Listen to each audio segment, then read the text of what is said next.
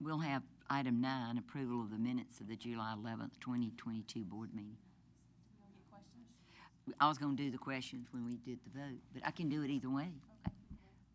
I really, and also, I see we have another bond expert back there if there's any question, but I don't mind if you would like to do it now while that's fresh.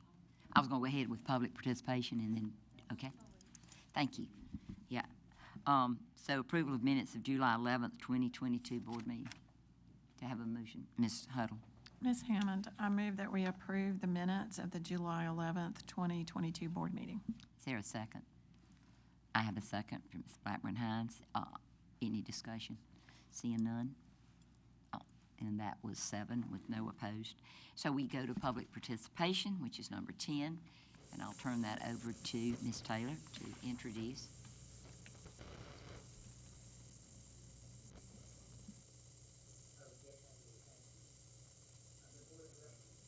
And encourages public participation. However, the privilege of addressing the board does not include the ability to make personal attacks on any board member, district employee, or other member of the public. We respectfully ask that you adhere to the procedures and the decorum provided in the board policy BEDH, public participation at meetings. Your comments should be limited to 3 minutes and must remain on either the topic noted on your sign-in form or a listed agenda item. Questions asked during public participation will be handled in accordance with board policy BEDH. Thank you, Ms. Taylor, for my... No problem. Candace Lively of Chapin is here to speak about Chapin varsity baseball.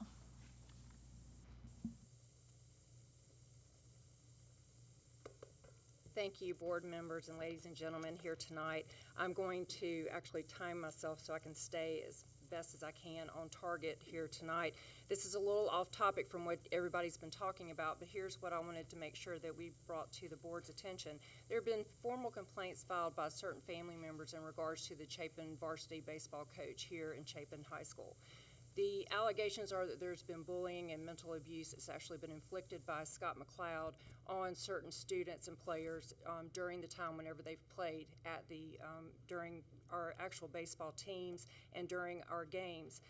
This type of abuse, as all of you know, because you're very well versed in what emotional and actual mental abuse is. And that is something that you are against and that you will fight for, because we do grow and love our children in this particular community. But what has ended up happening here is that there's just been an entrenched type of systemic abuse that's been going on through Coach McLeod. And we've actually brought this to several of the district members' attention. We have got documentation and those facts have been provided. So emotional abuse, what is that? All of you should know this. Verbal emotional assaults, belittling and berating of children, isolating, ignoring, and actually placing and pitting children against one another. This is the kind of thing that we've actually had to deal with our children who have actually been coached by Scott McLeod. You have the Bullying Statute for Safe Schools Climate Act, so you have to follow those rules yourself. Insulting and demeaning a student or a child is not allowed in this district, and there should be no remedial action taken in regards to retaliation by the particular employee who is actually inflicting this abuse. We have nationally defined terms of abuse, and then our defined terms of abuse, which are here in this district, and that is insulting, demeaning, emotionally damaging to these kids. Calling a player the cancer of Chapin baseball in front of the team was documented. Calling a child big stupid at all the games in front of all of his classmates. When approached by a recruiter saying, hey, you know, he looks good, well, all he's good for is squatting 500 pounds, complaint. McLeod was talking and demeaning other players to other children and pitting them once against each other. He would also, when we were at a banquet in front of family and friends, in front of all of their classmates, said, oh, well, you got voted the team captain, but that doesn't mean you're the MVP. That just means that, you know, just don't take that as anything more than that. At the same banquet, he's telling people they're going to be red-shirted. I don't like you, you don't like me. If you're pitching tomorrow, I won't show up. Telling the team members you suck. This is confirmed by players as well as other family members who had to hear that their children were talked to this way. He's denied these statements, but he has admitted to all of them where he said, big stupid, I was teasing. It was taken out of context. He is giving an excuse for everything, but what he's not doing is explaining this toxic environment. And his job description is that he's supposed to have a positive learning experience, productive sports program, safety of the students, and he has not done that. So he's not even following Thank your you. own job description. Thank you. Thank you. Chuck Bland is here to speak about Chapin baseball. Yeah. Thank you for your time. If you don't mind, and I'll start his time back over. It had already been said, but I think if you can just refer to a coach, I know that I didn't stop the other speaker, but, it'd be best not to use a name. Okay. If you that's don't mind, perfectly you fine. can share. Absolutely. Thank First you. off, thanks for your time. I think the first goodwill ambassador should be whoever's running the AC in here. I've been in like 100 meetings in my life, and I'll tell you, the most comfortable room I've ever been in. So kudos to There you. he I don't know is. if that counts on my time, but He you gotta wants lighten the the mood a little bit. stipend. We're going to have to talk to him. First thing I like to say is sometimes it takes kind of a sentinel event to kick things off, right? You guys have seen it in all kinds of things. That event, I'll tell you, in Chapin baseball, happened with my son. At the Lexington Chapin baseball game, my son threw 82 pitches, for those of you that know baseball at all, sat for 55 minutes, and was put back into the game. Whether you know that or not, it's completely unsafe, it's dangerous, it's something that should never happen. It's negligent from a coach's point of view to do that. So since then, I think if you look at the job descriptions, you're supposed to follow up on any injury that happens to a player or student. So my son, I informed all the administration. Let me tell you what's happened. He's going to Dr. Guy, who's Chapin's orthopedic surgeon. He's been to him twice. He's been to Dr. Mazaway once. He's had an MRI. He's gone through rehab for 3 weeks. And to this point, still today, that happened on May 16th, I have not received one phone call, one text, one meeting, or anything to say, how's your son doing? Is he okay? Right? Is he going to be all right? So he's going through rehab right now on his elbow. Here's the toughest thing to stomach on that. In 5 days, my son's going to the Citadel.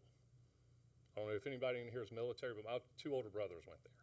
It's taxing on you physically, but the number one thing, and I've heard it a number of times tonight, it's taxing on you mentally. So my son's going down there he's asked me a couple times, Dad, am I going to be able to pitch again? What's going to happen? My arm's still hurting. What am I going to do? Again, for you guys that aren't baseball folks, you got to go look at it. I'll leave you with this note. I played baseball in Irmo, grew up here. I pitched at Furman. I've coached probably 700 baseball games. Never in my career have I seen a kid go into a game, throw 82 pitches, sit for 55 minutes, go back into the game that you're losing because winning's more important. So the couple things I'd say on that is winning at all costs is not okay. Winning over putting a kid's safety in front of you is not okay. Not taking 30 seconds just to call, hey buddy, how are you? A text would have gotten that handled. Hey man, how are you doing? Is everything gonna be okay? Just checking in on you. That's not okay. It's just not. I'll tell you this, God rest Strother's soul. This man back here in the back coached me in Irmo High School. If you consult Dutch Fork High School, Chapin High School, Irmo High School, this has happened one time in 74 years. 74 years that has happened, and it was my son. And that's what I'll leave you with. Thank you. And Strother Sly was a legend in baseball. He was there. He was there when I was there. Next. Mary Higginbotham of Chapin is here to speak about security at schools.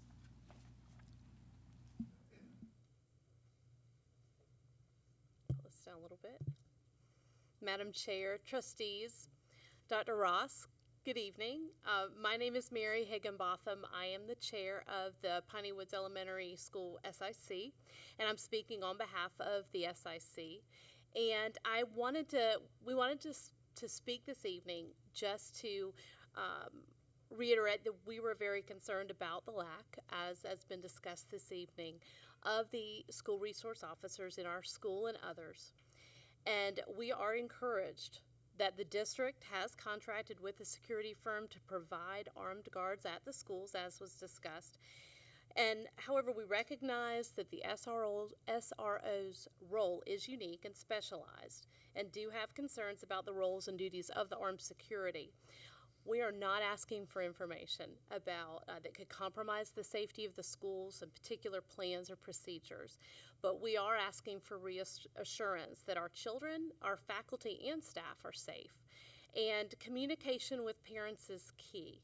I think, as we've all mentioned, that after the tragic events in Texas, and also the way things that have come out after that and the way it was handled, I think has made us even more concerned and nervous about the situation and about our children.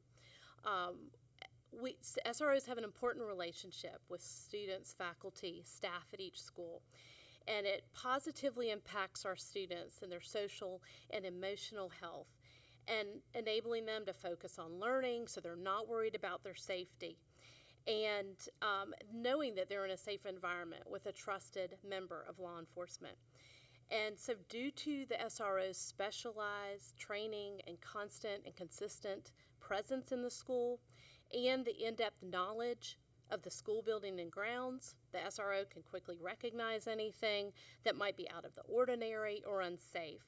And with this in mind, we were relieved to hear this evening that the district will be ensuring that the security firm will do its best to provide the same person to the same school every day and all day. So we're very glad to hear that. That is certainly a relief to us. In my conversation with Lexington County Sheriff Kuhn, he referred to the armed security as the first line of defense.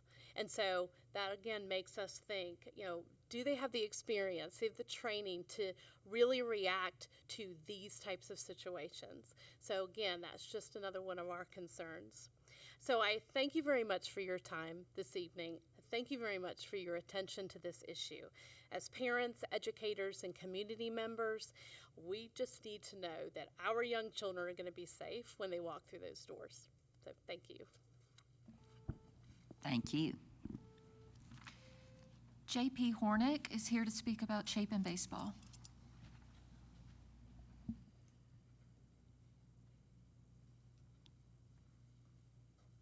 Hope y'all are doing all right. So I'm not really here to talk about playing time. I played every single game. I'm a senior leader. I was a starter. Led team in home runs, RBIs.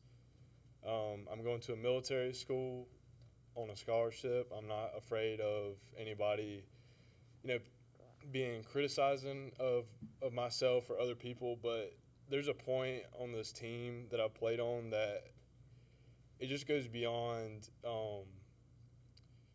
like constructive criticism. Every time you go up to bat, it's always like you're going to fail, you're going to mess up. It's not like encouraging your team. At the beginning of the year, I remember a specific incident where the coach said, he said, we're not really going to be that good this year. We're just going to be average, and y'all aren't going to do any good. And I'm just like, where's the positive reinforcement of just like a team effort and team attitude? There was no positivity. It was all negative. You go to practice and it's negative. You go to games, it's negative. You don't really enjoy going to the games or just being on the team. I played varsity for 4 years, and my 8th grade year I was like really excited to start playing baseball, and then as soon as I got there I realized it wasn't all what it's meant to be. So that's really all I have to say about it, but I hope y'all take it in consideration for the future generation. I look at younger kids and I don't want them to experience what I had to. So anyways, that's it. Thank you so much for being here. It's great to hear from active students. Yes. Jonathan Hornick is here to speak about Chapin baseball. Madam Chair, board members, I'm Jonathan Hornick. I hope everybody understands what courage, I know that was my son that just spoke, to have just graduated from high school and to have the guts to come and speak to a board. Mm-hmm. And before we came over here, we had a discussion. When good people sit around and do nothing, bad things happen. People get killed. Children get shot in schools. Thank you for your efforts of serving on this board and keeping our children safe. I hope you will take into consideration what Miss Lively presented tonight, what my son presented tonight, what Chuck Bland presented tonight. There's an issue with Chapin baseball. And it hurts my heart, you know, when I hear y'all talk about mental health and just go, I mean, we went on and on about mental health most of this meeting, and it breaks my heart to know that there are other generations. John Patrick is done. Like, he's done. We don't have a dog in the hunt anymore, but it's important enough for us to be here because my neighbor is probably about 10 years old. One day he will go and play. I'm sure by that time the coach will be gone. But next year there's a junior coming up. There's a sophomore behind him. There's a freshman that may make the team. And for him to go through some of the stuff that I've seen these players go through, it's atrocious. You have Matthew Lively, Candace's son, who's going to the Citadel to play baseball. Probably one of the best players in the state of South Carolina. You're not talking about scrubs, and we're not here to complain about playing time. You're talking about top quality athletes, and it's just, again, it's heartbreaking. I mean, I've heard tonight the mental health issues. We love and grow our students. You know, I think about what it says in the Bible about the tongue has the ability to speak life or death, and we're talking about our young people. We're supposed to be investing and encouraging them and loving and growing those children. You know, I just can't stand by and watch children get degraded or devalued. It's just not right. I'll leave you with this. You'll never be a success unless you help somebody else succeed. A wise woman told me that, and I've taken it to heart. It's something that I keep on my mind all the time. So I pray that y'all will really, really look into this matter and understand what courage it took for a young man to take time away to come here on a summer night, and how important that must have been to him and his other teammates as well. Thank you for your time. Thank you. That's all. It does speak very well of our young students, like I just said, to feel involved in the process of making life better and making our schools better. I appreciate your coming, and I wish you luck at the Citadel. Oh, who's going to the? Oh, good luck to your son then. I have some Citadel fellas in my family. George will be fun too.